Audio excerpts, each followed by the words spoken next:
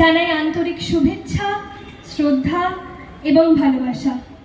বিশেষভাবে কৃতজ্ঞতা জানাই শতদল কার্য কমিটির প্রত্যেকটি মানুষকে, আমাদের খেয়া পরিবারকে আজ এখানে আমন্ত্রণ জানাবার জন্য। আমাদের আজকের কবিতা কোলাজ স্বদেশ এবং আনন্দ, সংকলন এবং নির্দেশনায় তনিমা পোদ্দার।